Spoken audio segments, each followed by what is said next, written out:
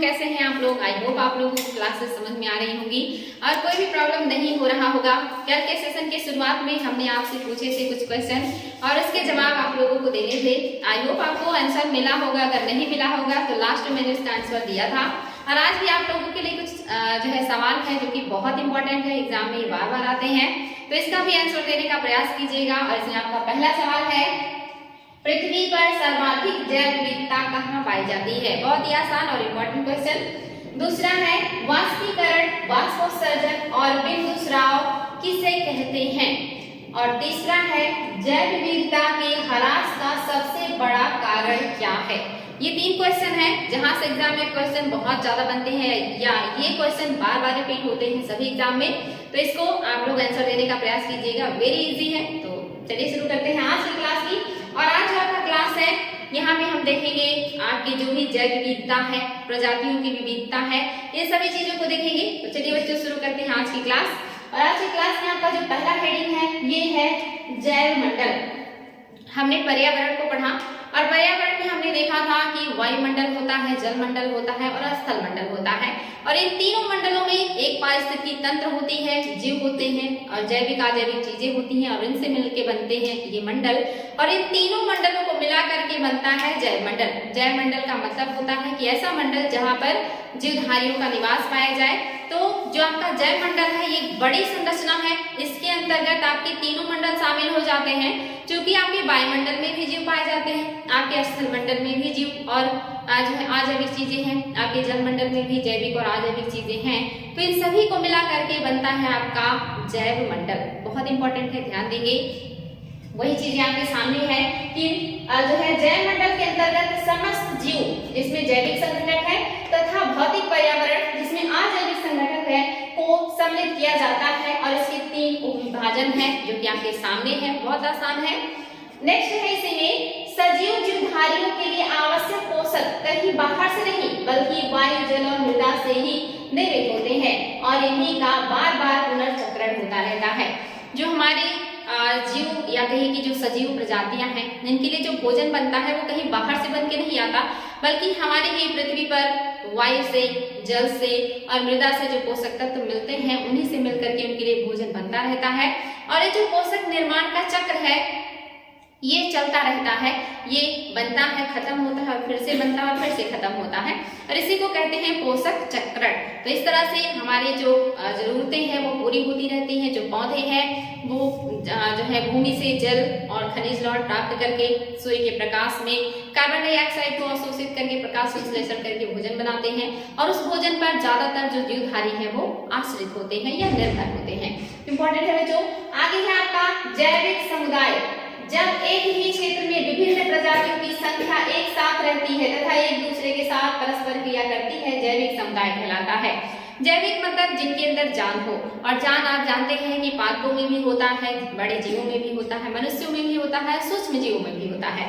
और ये सारे जो जीव हैं या जो जैविक पदार्थ हैं जब ये आपस में परस्पर क्रिया करके कहीं पर एक पारिस्थितिकी तंत्र का निर्माण करते हैं या एक जैविक समुदाय का निर्माण करते हैं, इसी को कहा जाता है जैविक समुदाय। यानी कि एक समुदाय में बहुत सारे जीव, अलग अलग प्रजातियों के, अलग अलग जातियों के जीव मिल करके एक समुदाय का निर्माण करते हैं जो कि जैविक समुदाय कहलाते हैं। नेक्स्ट है आपका समुदाय अभिलक्षण, जिसमें प्रजातीय संरचना है। किसी समुदाय में वर्ष भर उपस्थित पौधों की कुल संख्या की गणना प्रजातीय संरचना कहलाती है। यानी कि किसी भी जलवायु में आप देखेंगे जो भी पौधे हैं, जब उनका हम टोटल गणना करते हैं तो हमें पता चलता है कि यहाँ का जो संरचना है वो कैसा है। अगर संख्या ज्यादा होगी तो विविधता ज्यादा होगी, अगर संख्या कम होगा तो विविधता कम होगा।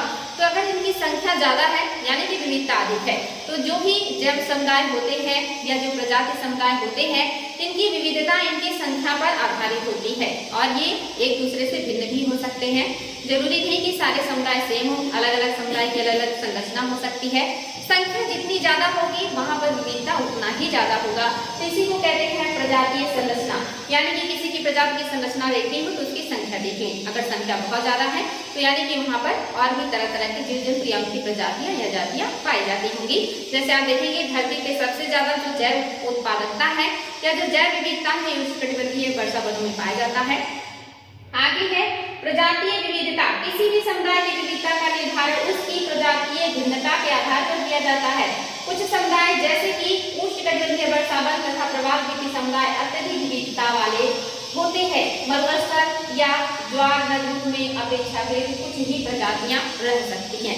ये बहुत इंपॉर्टेंट है बच्चों, एग्जाम में बहुत ज्यादा क्वेश्चन बनता है। मैं बार बार इसको बता भी रही हूँ आपको, ये चीज ध्यान रखेंगे कि जो 0 डिग्री है यहाँ पर वर्ष भर सूर्य की गर्मी और आपका प्रकाश यानी कि जो सूर्य की किरणें हैं वो, और साथ ही प्रकाश यानी कि टेम्परेचर और जो वर्षा होती है ये पूरे वर्ष यहाँ पर मिलता रहता है। इसीलिए यहाँ पर जो पौधे हैं, जो प्रजातियां हैं, इनमें बहुत ज्यादा भिन्नता पाई जाती है, बहुत ज्यादा जैव विविधता पाया जाता है। सेम ऐसे ही जो महासागर हैं, आप देखेंगे धरती पे सब जगह जैव विविधता समान नहीं है। यहाँ पर 0 डिग्री के आसपास या उष्णकटिबंधीय क्षेत्रों में जैव विविधता ज्यादा है। सेम ऐसे ही महासागरों में भी जैव विविधता उष्णकटिबंधीय क्षेत्रों में ही ज्यादा पाया जाता है। यानी कि अगर आप एक मानक के रूप में देखना चाहें तो कर्क रेखा से मकर रेखा के बीच जलीय क्षेत्रों में जैव विविधता ज्यादा होता है, और इन्हीं क्षेत्रों में जो है जलीय क्षेत्रों में होते हैं कोरल, जो कि बनाते हैं कोरल रीफ या इसी को कहते हैं मूंगा चट्टानें, और यहाँ पर जैव विविधता बहुत ज्यादा पाया जाता है। यहाँ तक कि जितनी ज्यादा प्रजातियां आपके सदाबहार वनों में नहीं होती, उससे भी कहीं ज्यादा प्रजातियों को अपने यहाँ आश्रय और भोजन उपलब्ध कराने का काम करते हैं कोरल रीफ। तो कभी एग्जाम में आए तो वहाँ पर कोरल रीफ को आप ज्यादा जो है वैल्यू करेंगे या उसको सही करेंगे, क्योंकि कोरल रीफ जो उष्णकटिबंधीय वर्षा वनों से भी कहीं ज्यादा विभिन्न प्रजातियों को आवास और भोजन उपलब्ध कराते हैं। तो इम्पोर्टेंट है बच्चों, जो कोरल रीफ है ये महासागरों में जैव विविधता को दर्शाते हैं, और जो आपके उष्णकटिबंधीय वर्षा वन है ये स्थल भाग पर जैव विविधता को दर्शाने का काम करते हैं।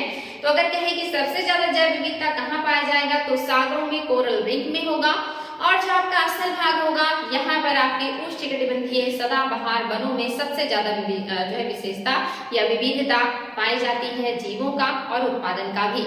लेकिन आप देखेंगे कि अगर कम की बात करेंगे तो सबसे कम जो जैव विविधता है ये मरुस्थल में पाया जाता है, क्योंकि आपको पता है कि जो मरुस्थल होता है ये मोस्टली बहुत ही निर्जन होता है, क्योंकि यहाँ पर पानी का जो कमी होता है, यहाँ पर वर्षा 25 सेंटीमीटर से भी कम होता है, जिसकी वजह से यहाँ पे जीव जंतुओं और पादपों का उतना विकास नहीं हो पाता, और ये जो एरिया होता है मोस्टली बहुत ही कम विविधता वाला होता है, या धरती का सबसे कम विविधता वाला जो एरिया है वो आपका है मरुस्थल। और जलीय क्षेत्रों में सबसे कम विविधता होता है ज्वार नदरूप पर। ज्वार नदरूप का मतलब होता है एस्चुरी। एस्चुरी वो नदियां बनाती हैं जो ऊंची पहाड़ियों से समुद्र में गिरती हैं। जैसे आप देखेंगे हमारे यहाँ जो नर्मदा है, ताप्ती है, ये बहुत ही उबड़ खाबड़ पथरीली और कंकरेली रास्तों से बहते हुए जाती हैं। इनमें अवसाद की मात्रा कम होती है, और ये पश्चिमी घाट की ऊंची पहाड़ियों से जो है झरने के रूप में गिरती है जो है समुद्र में, और जिसकी वजह से इनमें अवसाद की कमी भी होती है, और प्लस जो अवसाद होता भी है वो ऊंचाई से गिरने की वजह से समुद्र में रुकता नहीं है, और वो कहीं पे इकट्ठा नहीं होता बल्कि वो बिखर जाता है या अंदर चला जाता है, जिसकी वजह से इनके जो नदमुख होता है यानी कि जहाँ पर ये पानी गिरता है नदी का, इसी को कहते हैं ज्वार नदमुख या एस्चुरी, और यहाँ पर जैव विविधता जलीय क्षेत्रों में सबसे कम पाया जाता है। इसलिए इस बात को ध्यान रखेंगे। सबसे कम की बात करें तो स्थल में मरुस्थल है, और जब में ज्वार नदमुख है, और अधिकता की बात करेंगे तो आपका उष्णकटिबंधीय वर्षा वन स्थल पर है, और समुद्रों में आपका कोरल रीफ सबसे ज्यादा जैव विविधता को दर्शाता है। अभी उतना ज्यादा हमने सर्च नहीं किया है कोरल रीफ के बारे में, या हमारे जो वैज्ञानिक हैं, हमारे जो शोधकर्ता हैं, ये अभी भी रिसर्च करने में लगे हुए हैं। ऐसा माना जाता है कि सबसे ज्यादा जो प्रजातीय विविधता है ये कोरल का है, और इसी में सबसे ज्यादा जैव विविधता पाया जाता है। तो कभी कभी एग्जाम में क्वेश्चन भी बन जाता है कि सबसे ज्यादा जैव विविधता कहाँ होगा, तो आप कोरल रीफ को ही सही करेंगे। तो ये इंपॉर्टेंट है बच्चों, ध्यान देंगे। और आपके इसी के आसपास सबसे ज्यादा जैव विविधता होगा, सबसे ज्यादा उत्पादन होंगे यहाँ पर, और जलीय क्षेत्रों में जो भी कोरल रीफ होंगे, और सबसे ज्यादा कोरल रीफ आपके ऑस्ट्रेलिया और इंडोनेशिया के आसपास के इलाके में पाए जाते हैं, और वहीं पर है ग्रेट बैरियर रीफ जो विश्व का सबसे बड़ा कोरल रीफ है। बहुत इंपॉर्टेंट है, एग्जाम में भी क्वेश्चन बनता है, तो इसको भी ध्यान देंगे। आगे है बच्चों आपका की स्टोन प्रजातियां। वे प्रजातियां जो किसी समुदाय में प्रचुरता तथा जैव भार की अल्पता के बावजूद सामुदायिक अभिलक्षणों पर अपना प्रभाव दर्शाते हैं, की स्टोन प्रजातियां कहलाते हैं। यानी कि कीस्टोन जो प्रजातियां हैं इनकी संख्या तो होगा, लेकिन ओवरऑल जो वहाँ पे जीव होंगे उनके जितना नहीं होगा, या जो जैव भार होगा वो बहुत कम होगा। लेकिन अपनी संख्या और जैव भार के कम होने के बावजूद भी ये प्रजातियां बाकी समुदायों को बहुत ज्यादा प्रभावित करती हैं, या कहिए अगर ये ना हो तो वहाँ का जो पारिस्थितिकी तंत्र है वो डिस्टर्ब हो जाएगा। जैसे जंगल की बात कर लेते हैं तो आपको पता है नेचर ने जो भी चीजें बनाई हैं उसे स्वतः ही बैलेंसिंग बनाया है। जैसे आप देखेंगे अगर घास बनाया है तो उसे खाने के लिए कीड़े भी बनाए हैं। अगर कीड़े बनाए हैं तो उनकी संख्या बहुत ज्यादा ना बढ़ जाए तो उनको खाने के लिए मेढक, सांप और छिपकली जैसे दूसरे जीव बनाए हैं। और ऐसे जीवों की संख्या ना बढ़ जाए तो उनको खाने के लिए फिर जो है मोर या दूसरे जीव को बनाया है। और अगर बड़े जीव मिलेंगे तो घास को हिरण खाता है, और हिरण की संख्या ना बढ़ जाए तो उसको खाने के लिए शेर या दूसरे जीव को भी नेचर बनाता है। और अगर जंगल में आप शेर को ले लें तो शेर की संख्या बाकी जीवों की अपेक्षा कम होती है, जीव भार उसका कम होता है, लेकिन वो उस पारिस्थितिकी तंत्र में एक महत्वपूर्ण रोल निभाता है। अगर जंगल में शेर ना रहे तो वहाँ की पारिस्थितिकी तंत्र डिस्टर्ब हो जाएगी, क्योंकि शाकाहारियों की संख्या बढ़ जाएगी और फिर वो सारे घास को खा जाएंगे और जंगल फिर से पनप नहीं पाएगा, या जो घास के मैदान है वो फिर से पनप नहीं पाएंगे और वहाँ की जो पारिस्थितिकी तंत्र है वो डिसबैलेंस हो जाएगा। यानी कि इस पारिस्थितिकी तंत्र में एक ऐसा जीव जिसकी संख्या और भार कम हो, या संख्या पर्याप्त हो लेकिन भार ओवरऑल सबसे जो भी जीव है उनसे कम हो, लेकिन वो एक महत्वपूर्ण स्थान रखता हो उस पारिस्थितिकी तंत्र को मेंटेन करने में, तो वो कीस्टोन प्रजाति कहलाएगा। तो ये इंपॉर्टेंट है बच्चों, इसको ध्यान देंगे। कीस्टोन प्रजातियां क्या होती हैं? ये अपने भार और संख्या में तो कम होती हैं, लेकिन ये अपना एक महत्वपूर्ण स्थान रखती हैं और बाकी जीवों के जो अभिलक्षण है उस पर इनका प्रभाव पड़ता है, ये इनको इफेक्टिव करती हैं। नेक्स्ट है बच्चों आपका फाउंडेशन प्रजाति। फाउंडेशन प्रजाति अन्य प्रजातियों के निर्माण व संरचना में मुख्य भूमिका निभाती है। जैसे कोरल एक फाउंडेशन प्रजाति का उदाहरण है। जैसे आप देखेंगे कि फाउंडेशन मतलब कि जो आपको आधार दे, जो आपको जो है एक आश्रय दे, आपको एक दिशा दे, वो है आपका फाउंडेशन बनाने वाला। तो इसमें आपका क्या आ जाएगा? कोरल आ जाएगा। जैसे आप देखेंगे महासागरों में या सागरों में जो कोरल रीफ होते हैं, ये जो छोटे जीव होते हैं उनको घर देते हैं। साथ ही जो कोरल होते हैं इनके ऊपर जो है शैवालों का निवास होता है, जो ऑक्सीजन का प्रयोग करके भोजन बनाते हैं। तो कोरलों को, जो कोरल है ये शैवालों को भी आश्रय दे रहे हैं। शैवाल जो है वो कोरल को और बाकी जीवों को भोजन दे रहे हैं। जो छोटे जीव हैं इन्हीं शैवालों को खाने के लिए कोरल के पास आते हैं। साथ ही अपनी जान बचाने के लिए या अपने आवास के रूप में भी कोरल रीफ या कोरल चट्टानों का छोटे जीव जो है वो उपयोग करते हैं। और जहाँ पर शैवाल होगा, छोटे जीव होंगे, तो वहाँ पर बड़े जीव भी आएंगे। तो इसी वजह से जो कोरल रीफ होते हैं उसके आसपास जीवों की अधिकता बहुत ज्यादा होती है, जैव विविधता बहुत ज्यादा होती है। तो इसीलिए कहते हैं जो कोरल रीफ है वो एक फाउंडेशन प्रजाति है, क्योंकि उसने बहुत सारे जीवों को भोजन दिया है, बहुत सारे जीवों को आवास दिया है। इस वजह से एक फाउंडेशन प्रजाति है कोरल रीफ। तो कभी एग्जाम में पूछे कि इनमें से कौन सी प्रजाति है जो फाउंडेशन प्रजाति है, तो आपका जो कोरल रीफ है ये एक फाउंडेशन प्रजाति है, क्योंकि ये बहुत सारे जीवों के लिए आवास है, भोजन का एक जरिया है और उनके लिए सुरक्षा का भी एक जरिया है। यानी कि ये बाकी जो छोटे जीव हैं उन्हें बड़े जीवों से सुरक्षा भी प्रदान करता है। छोटे जीव इन्हीं छोटी छोटी पहाड़ियों के या पहाड़ियों के छोटे छोटे जो होल होते हैं उसी में छिप जाते हैं और बड़े जीव इनका शिकार नहीं कर पाते। और दूसरा ये घर भी प्रदान करता है और साथ ही शैवाल होते हैं कोरल के ऊपर, जिसकी वजह से मछलियों को भोजन भी बन जाता है। तो ये कोरल जो है आपका फाउंडेशन प्रजाति है, आधार है ये बहुत सारे जीवों के लिए। तो इम्पोर्टेंट है बच्चों। नेक्स्ट है आपका क्वेश्चन, तो मैं आपको करा ही चुकी हूँ, अम्ब्रेला प्रजाति। अम्ब्रेला प्रजाति के निर्धारण का कोई अंतरराष्ट्रीय मानक नहीं है, लेकिन सामान्य परिभाषा में प्रजातियां जो है प्रजाति विस्तृत परास वाली होती है, जिन पर अन्य प्रजातियां निर्भर होती हैं। यानी कि इनका कोई मानक नहीं है या कोई वैज्ञानिक नाम नहीं है, लेकिन जो भी प्रजातियां अम्ब्रेला प्रजाति में आती हैं, यानी कि इनका जो परास होगा ये काफी जो है विस्तृत होगा, ये अपना काफी महत्वपूर्ण स्थान जो है पर्यावरण में या पारिस्थितिकी तंत्र में उपलब्ध कराते हैं। और ऐसे जो प्रजातियां होती हैं ये प्रजातियां आप देखेंगे कि हाइट में काफी बड़ी होंगी और इनकी संख्या तो कम होती है, लेकिन ये फिर भी कम होने के बावजूद भी पारिस्थितिकी तंत्र में अपनी उपस्थिति को दर्ज कराते हैं और बाकी प्रजातियों को ये प्रभावित करते हैं। तो अम्ब्रेला प्रजातियों का जो परास होगा वो ज्यादा होगा, ये ध्यान देंगे। और ये बड़े हाइट वाले जीव इसमें आते हैं। नेक्स्ट है संकेतक प्रजाति। संकेतक प्रजाति से अभिप्राय किसी एक पौधे या जंतु की प्रजाति से है जो पर्यावरण परिवर्तन के लिए बहुत संवेदनशील होते हैं। इसका अर्थ यह है कि यदि पारिस्थितिकी तंत्र की हानि से तुरंत प्रभावित हो जाते हैं, यानी कि ऐसी प्रजातियां जो पारिस्थितिकी तंत्र में अगर कोई भी डिसबैलेंस होता है तो ये सबसे पहले प्रभावित हो जाती हैं। जैसे अगर वायु प्रदूषण हो, जल प्रदूषण हो या ग्लोबल वार्मिंग हो, तो ऐसे प्रॉब्लम्स से जो प्रजातियां सबसे पहले प्रभावित हो उन्हें कहते हैं संकेतक प्रजातियां। इन्हें कहते हैं इंडिकेटर प्रजातियां, यानी कि इंडिकेट करती हैं कि अगर ये हवा में है और हवा में कोई डिस्टरबेंस हुआ तो इनकी जो है स्थिति में परिवर्तन आएगा और पता चलेगा कि जो ये प्रजातियां हैं इनके पर संकट आया है। अगर जल में प्रदूषण होता है तो बहुत सारी ऐसी मछलियां हैं जिनका देखेंगे आप मृत्यु होने लगता है, तो पता चल जाता है कि जल में कुछ डिस्टरबेंस हुआ है। अगर आप देखेंगे ग्लोबल वार्मिंग बढ़ने से कुछ प्रजातियां बहुत तेजी से विलुप्त होने लगती हैं, यानी कि ये जो प्रजातियां हैं काफी संवेदनशील है और एक संकेतक या इंडिकेटर प्रजाति के रूप में है। तो ऐसी प्रजातियों को ही कहते हैं संकेतक प्रजाति, जो बहुत जल्दी ही किसी भी प्रदूषण या परिवर्तन से प्रभावित हो जाती है। इंपॉर्टेंट है बच्चों, ध्यान देंगे इसको, संकेतक प्रजाति किसे कहते हैं।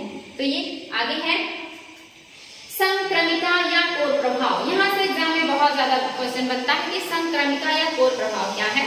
तो संक्रमिका जो है ये छोटा भी हो सकता है और बड़ा भी हो सकता है, यानी कि अगर दो भिन्न, पहले देख लेते हैं संक्रमिका है क्या। संक्रमिका कहते किसे हैं? संक्रमिका को इंग्लिश में कहते हैं इकोटोन। इकोटोन संक्रमिका मतलब जैसे मान लीजिए ये आपका जो है छोटे छोटे घास का मैदान है और यहाँ पर छोटे छोटे जो है वो घास वनस्पतियां हैं, और दूसरी तरफ जो है आपके बड़े बड़े जंगल वाले पौधे हैं, यानी कि यहाँ पे बड़े बड़े पौधे हैं और ये आपका जंगल है। तो कोई ऐसा जो इलाका होगा जहाँ पर ये आपस में एक दूसरे से मिलेंगे, यानी कि वो इलाका या वो एरिया जहाँ पर घास और जंगल दोनों का मिलन हो या दोनों एक दूसरे को संक्रमित करते हो, उसे कहते हैं संक्रमिका। यानी कि घास जो है वो जंगल में प्रवेश कर जाए, जंगल के जो पौधे हैं वो घास के मैदान में प्रवेश कर जाए, जहां पर घास के मैदान की और जंगल के दोनों की विशेषताएं पाई जाए, दोनों का जहाँ पे गुण पाए जाए पौधों और प्रजातियों का, उसे कहते हैं संक्रमिका या इसी को कहते हैं इकोटोन। यानी कि भिन्न पारिस्थितिकी तंत्र जब आपस में मिले या दो से अधिक भिन्न पारिस्थितिकी तंत्र का मिलन जहाँ पर होता है, उस मिलन बिंदु को ही कहते हैं संक्रमिका या इकोटोन। और ये छोटा और बड़ा दोनों हो सकता है, यानी कि एक बहुत बड़ा रेगिस्तान, एक बहुत बड़े जंगल का अगर एरिया मिलेगा तो ये बड़ा जो है संक्रमिका बनेगा, और अगर कहीं छोटे से झील और छोटे से मैदान का क्षेत्र मिल रहा है तो ये छोटी संक्रमिका हो सकती है, यानी कि ये छोटे भी हो सकते हैं और बड़े भी हो सकते हैं। और जहाँ पर भी दो भिन्न या दो से अधिक भिन्न पारिस्थितिकी तंत्र एक दूसरे को संक्रमित करेगा, एक दूसरे से मिलेगा, उसी को कहते हैं संक्रमिका या इसको कहते हैं इकोटोन। दूसरा है कोर। कोर क्या होता है? ये संक्रमिका से ही संबंधित है या इसी का ही भाग है। जैसे मान लीजिए ये चारागाह का एरिया मिल रहा है, ये जंगल का एरिया मिल रहा है, तो आप देखेंगे चारागाह के मैदान की शुरुआत यहाँ से हो रही है, जंगल का शुरुआत यहाँ से हो रहा है, और जो बीच का एरिया होता है उसे हम कहते हैं कोर। तो अगर हम इधर से चलेंगे तो बीच का एरिया ये है, और हम इधर से चलेंगे तो भी बीच का इलाका यही है, यानी कि इन दोनों के कोर का जो एरिया होगा वो ये एरिया होगा। और कोर में क्या लिया जाता है कि ये जो घास है ये जंगल के कुछ क्षेत्र को ओवरलैप कर जाए, और जो जंगल का एरिया है या जो पेड़ पौधे हैं वो घास के कुछ क्षेत्र को ओवरलैप कर जाए, और यहाँ पर दोनों की विविधताएं बड़े पैमाने पर पाई जाए, तो इसे कहते हैं कोर। और यहाँ पर बहुत ज्यादा जैव विविधता पाया जाता है जहाँ पर कोर होता है, क्योंकि ये एक संक्रमित इलाका होता है। और यहाँ पर कुछ ऐसी प्रजातियां पाई जाएंगी जो इन आसन्न पारिस्थितिकी तंत्र में नहीं होंगी, यानी कि वो ना तो घास के मैदान में मिलेंगी और ना ही वो जंगल में मिलेगी। ऐसी भी प्रजातियों का यहाँ पर डेवलपमेंट हो जाता है, क्योंकि यहाँ पर दो भौगोलिक स्थिति का मिलन होता है और भौगोलिक स्थितियां और पर्यावरण ही निर्धारित करती है कि वहाँ का जीव कैसा होगा, उसका आकार कैसा होगा, उसका स्वभाव कैसा होगा, उसका भोजन कैसा होगा। ये सारी चीजें आपको पता है, जब कोई परिस्थिति बनती है तभी किसी जीव का विकास होता है। अगर वो परिस्थितियां ना बने तो फिर किसी जीव का विकास नहीं हो सकता। जैसे लोगों के सरों में जू पड़ते हैं, कब पड़ते हैं? जब उनको ऐसा जो है माहौल मिलता है, ऐसा एनवायरनमेंट मिलता है, तब जाकर के जू जो है सिरों में पड़ते हैं। अगर ऐसा एनवायरनमेंट उनको ना मिले तो जू कभी सिर में नहीं पड़ते हैं। ऐसे ही जो घास में है जीव ये तो पाएंगे ही, और जो यहाँ जंगलों में पाए जाते हैं वो तो पादप और जीव मिलेंगे ही, लेकिन इन दोनों भिन्न पारिस्थितिकी तंत्र के मिलने से एक अलग ही माहौल, एक अलग ही मौसम, एक अलग ही पारिस्थितिकी का निर्माण होता है, जिसकी वजह से यहाँ पे कुछ अलग सी भिन्न प्रजातियों का भी जन्म हो जाता है या उद्भव हो जाता है, जो इन आसन्न पारिस्थितिकी तंत्र में नहीं पाए जाते हैं। तो एग्जाम में बनता है क्वेश्चन कि कोर में जो है कुछ ऐसी भिन्न प्रजातियां भी पाई जा सकती हैं जो आसन्न पारिस्थितिकी तंत्र में नहीं मिलती हैं। तो बिल्कुल सही है। ये भी बनता है कि जो कोर होता है यहाँ पर तनाव अधिक होता है, ये भी सही है, क्योंकि जो कोर है यहाँ पर घास स्थल के जीवों और पादपों की भी संख्या मिलेगी या क्वालिटी मिलेगी, प्लस आपके जो जंगल है इसके जीव और पादपों की भी यहाँ पे क्वालिटी और संख्या मिलेगी। इसके अलावा आप देख रहे हैं इनके मिलने से कुछ भिन्न प्रजातियां भी उत्पन्न हो जाती हैं, जिसकी वजह से यहाँ पर जैव विविधता बहुत ज्यादा हो जाता है, जीवों का, पादपों की संख्या बहुत ज्यादा हो जाती है। और जहाँ पर किसी चीज की संख्या बढ़ेगा वहां पर तनाव बढ़ेगा, वहां पर टेंशन बढ़ेगा। जैसे टेंशन आपको कब होता है या तनाव कब होता है? जब आपको बहुत सारी प्रॉब्लम्स हो जाती हैं या बहुत सारी चीजें आपके दिमाग में एक साथ आ जाती हैं और आपको कुछ समझ में नहीं आता, तो ऐसे में आपको तनाव हो जाता है। या कहीं भी भीड़ भाड़ इलाके में अगर बहुत सारे लोग हो जाए, जैसे मेले में या किसी फंक्शन में, तो वहां पे बैठने के लिए, खाने के लिए या चलने के लिए असुविधा होने लगती है, तो एरिया तनावपूर्ण हो जाता है। या कहीं पर झगड़ा हो जाए, लोग इकट्ठा हो जाए, तो वहां भी एरिया तनावपूर्ण हो जाता है। तो वैसे ही जो आपका ये एरिया है ये तनावपूर्ण होता है, क्योंकि सबकी संख्या ज्यादा है, संघर्ष ज्यादा है, प्रतिस्पर्धा ज्यादा है, तो तनाव यहाँ पे होना लाजमी है। तो ये एग्जाम में क्वेश्चन बनते हैं बच्चों की इकोटोन क्या है, कोर क्या है, कोर की विशेषता क्या है। तो आई थिंक अब नहीं भूलेगा कि ये छोटे भी हो सकते हैं, बड़े भी हो सकते हैं। डिसाइड ये करेगा कि वहाँ का जो मिलने वाला इलाका है वो कैसा होगा।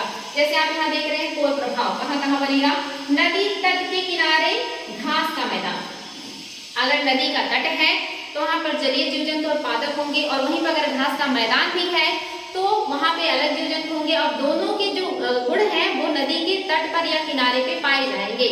इसके अलावा आप देखेंगे जहाँ पर्वत व घाटियां मिलती हो, यानी कि एक इलाका ऐसा जहाँ पे पर्वत और घाटियां मिलती हो, वहां पर भी आपका संक्रमिका और कोर प्रभाव बनेगा। वहां पे पर्वत के जीव जंतुओं के गुण भी मिलेंगे और घाटी के जीव जंतुओं के गुण भी मिलेंगे, और ये एरिया सबसे ज्यादा जैव विविधता वाला होगा। इसके अलावा जंगलों की अंतिम बिंदु, यानी कि जंगल जहाँ पर समाप्त होंगे तो वहां पर कुछ और जरूर शुरू होगा, चाहे वो मैदान शुरू हो, चाहे वो आपका पहाड़ शुरू हो, चाहे वो रेगिस्तान शुरू हो, चाहे वो समुद्र शुरू हो, कुछ ना कुछ उसके बाद एक नया पारिस्थितिकी तंत्र का शुरुआत होगा, और वहां पर जो है मिलेगा आपको कोर और जो है संक्रमिका, जैसे कि मैंने आपको यहाँ पे बताया है।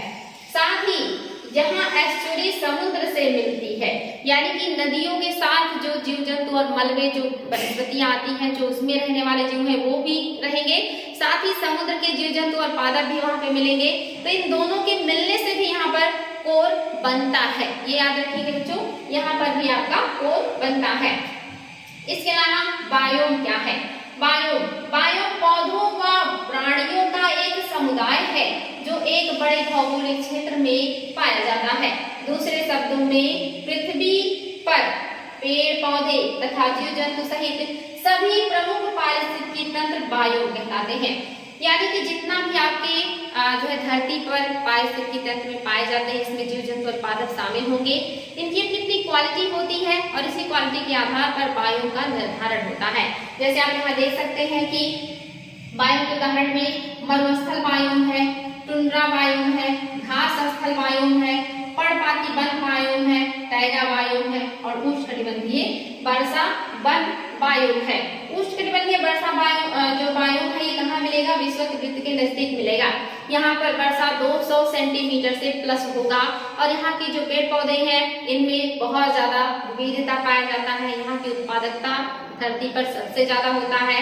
यहाँ के जो पौधे होते हैं आकार में काफी बड़े होते हैं और यहाँ के पौधों की लकड़ियां बहुत मजबूत होती हैं।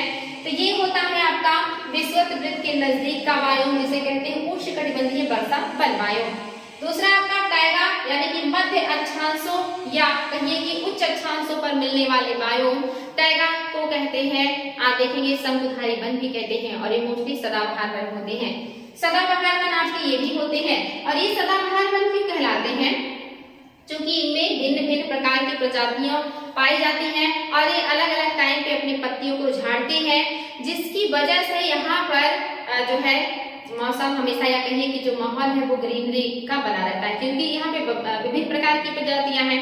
तो कुछ प्रजातियां अलग मौसम में पत्ते को झाड़ती हैं, कुछ अलग मौसम में, तो ये अल्टरनेट करके अपनी पत्तियों को गिराती हैं। इसी वजह से यहाँ पर हमेशा आप देखेंगे हरे भरे दिखाई देते हैं। ऐसे आप देखेंगे टाइगा भी, ये भी आपके सदाबहार वन होते हैं और ये उच्च अक्षांशों पे या बर्फीले क्षेत्रों में पाए जाते हैं।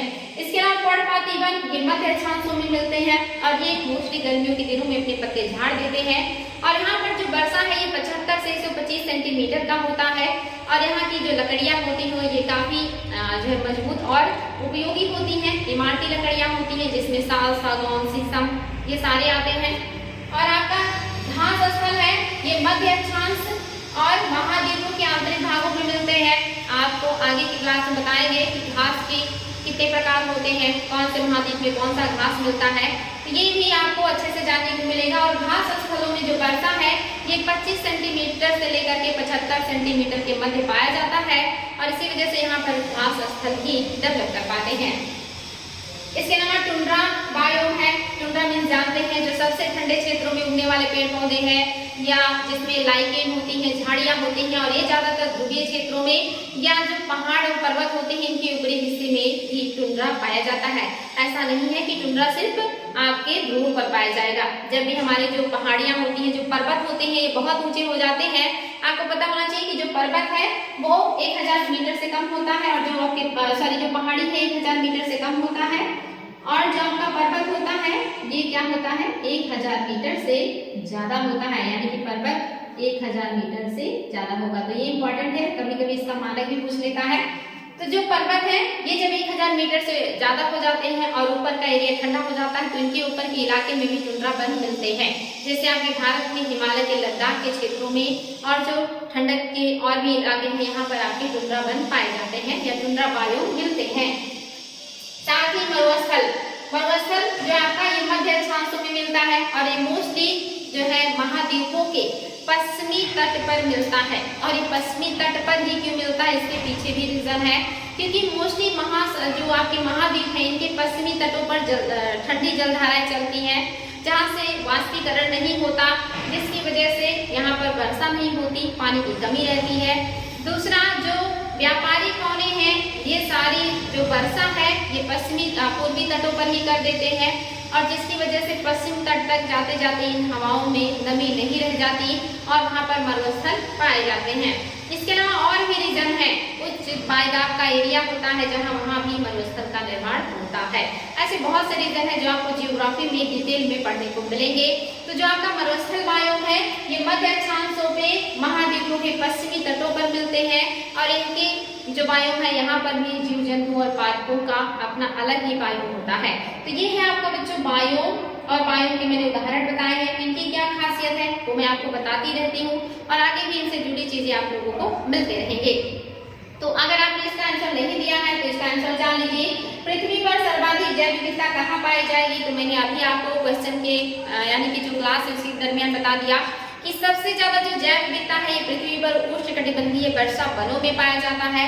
ये स्थल की बात है। और अगर जल की बात करेंगे तो सबसे ज्यादा जो जैव विविधता है जल में ये आपके कोरल रीफ या इस तरह के जो क्षेत्र होते हैं वहां पर पाए जाते हैं। दूसरा है आपका वाष्पीकरण, वाष्पोत्सर्जन और बिंदु स्राव किसे कहते हैं। वाष्पीकरण तो बहुत आसान है, आपको पता होगा कि जब भी जो हमारा जलीय क्षेत्र है उस पर सूर्य की गर्मी पड़ती है और गर्मी से जो वाटर है वो वाष्पित होता है या गैस के रूप में तब्दील होता है और ऊपर उठता है तो उसे कहते हैं वाष्पीकरण। वाष्पोत्सर्जन क्या है? हमारे जो पौधे हैं ये धरती के अंदर से जाइलम के द्वारा जल को खींचते हैं, फ्लोएम के द्वारा अपने खनिज पदार्थ या भोजन को खींचते हैं, और जो जल है इससे वो अपना भोजन बनाते हैं, अपनी जरूरतों को पूरा करते हैं। लेकिन जो एक्स्ट्रा पानी हो जाता है उसे वो अपने शरीर से बाहर निकालते हैं अपनी पत्तियों और अपने तनों के द्वारा, और ज्यादातर जो वाष्पोत्सर्जन है ये पत्तियों के द्वारा होता है। और यहाँ जो पत्तियां हैं वो अपने अंदर जो एक्स्ट्रा वाटर है पत्तियों के द्वारा बाहर पौधे निकाल देते हैं, और इन्हीं पानी के वायुमंडल में मिलने से वायुमंडल में नमी आती है, यानी कि वाष्पोत्सर्जन और वाष्पीकरण के द्वारा ही वायुमंडल में नमी मौजूद होती है। तो इसी वजह से आप देखेंगे कि जो बगीचे होते हैं वहां पर बैठने से गर्मी के दिन में आपको थोड़ा ठंडा महसूस होता है, क्योंकि जो पौधे होते हैं वो अपने अंदर की एक्स्ट्रा वाटर निकालते रहते हैं, लेकिन वो हमें गर्मी ज्यादा होने की वजह से दिखाई नहीं देता, क्योंकि वो पत्तियों से निकलते ही वाष्प में तब्दील हो जाता है और वहाँ की हवाओं में नमी घुल जाती है।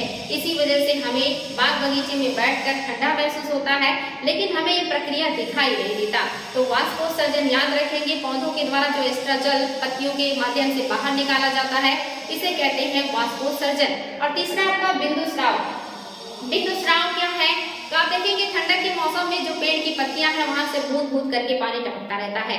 ये ओस भी होते हैं जो रात में ओस गिरते हैं और अधिक ठंडा होने की वजह से जो है टपकते रहते हैं, लेकिन कभी कभी आप देखेंगे सूर्य के निकलने के बाद भी जो पत्तियां हैं उनसे पानी टपकता रहता है और पेड़ों के नीचे बहुत ज्यादा नमी हो जाता है। तो ये जो वाष्पोत्सर्जन के दरमियान पानी निकालते हैं पौधे गर्मियों में, ये तो हमें दिखाई नहीं देते, लेकिन ठंडक के मौसम में जब वही पौधे अपने अंदर का एक्स्ट्रा वाटर निकालते हैं तो वायुमंडल में नमी एक तरीके से ठंडा बहुत होता है, और ठंडा होने की वजह से जो पानी वो लोग पत्तियों से निकालते हैं ये लिक्विड के रूप में नीचे टपकने लगता है बूंद बूंद करके। इसी को कहा जाता है बिंदु स्राव, यानी कि जो पत्तियां ठंडक में पानी निकाले और वो बूंद बूंद करके धरातल पर गिरे तो इसे कहते हैं बिंदु स्राव। नेक्स्ट है बच्चों आपका जैव विविधता के ह्रास का सबसे बड़ा कारण क्या है? तो एग्जाम में क्वेश्चन बहुत ज्यादा बनता है, आवास का विनाश, यानी कि किसी भी जीव के आवास का अगर आप विनाश कर देंगे तो वहाँ का जैव विविधता अपने आप समाप्त हो जाएगा। जैसे आप किसी जंगल को जो है काट दीजिए तो वहाँ की जैव विविधता अपने आप समाप्त हो जाएगी, क्योंकि जंगल एक आवास है बहुत सारे जीव जंतुओं का, जिसमें छोटे से लेकर के बड़े जीव जंतुओं का निवास होता है। और अगर आपने उसको काट दिया तो वो सारे जीव वहाँ से विस्थापित हो जाएंगे और वहाँ की जो जैव विविधता है वो समाप्त हो जाएगी। अगर नहीं समझ में आया है ये तो आप अपने गांव के आसपास में देख लीजिए, अगर कोई बड़ा बगीचा है उसमें बहुत ज्यादा झाड़ी है तो वहाँ पे मोर भी रहेंगे, नेवले भी रहेंगे, सांप भी रहेंगे, अन्य जीव जंतु भी रहते हैं पेड़ों के ऊपर, नीचे भी जमीन में। लेकिन जब इन्हीं बाग बगीचों को नष्ट कर दिया गया ईंट भट्ठों के द्वारा तो यहाँ की जो जैव विविधता है वो समाप्त हो गई। जहाँ दिन में जाने से डर लगता था, इतना घना होता था वो बगीचा, वहाँ कुछ भी नहीं है, वहाँ के सारे जीव यहाँ वहाँ विस्थापित हो जाते हैं, विलुप्त हो जाते हैं। इस तरह से आवास के विनाश से सबसे ज्यादा तेजी से जैव विविधता का ह्रास होता है और एग्जाम में बहुत ज्यादा क्वेश्चन बनता है। तो आई होप आपको आज का क्लास अच्छा लगा होगा और आप इससे एग्जाम में बहुत अच्छा करें, हमारी यही शुभकामनाएं हैं। आज के लिए इतना ही।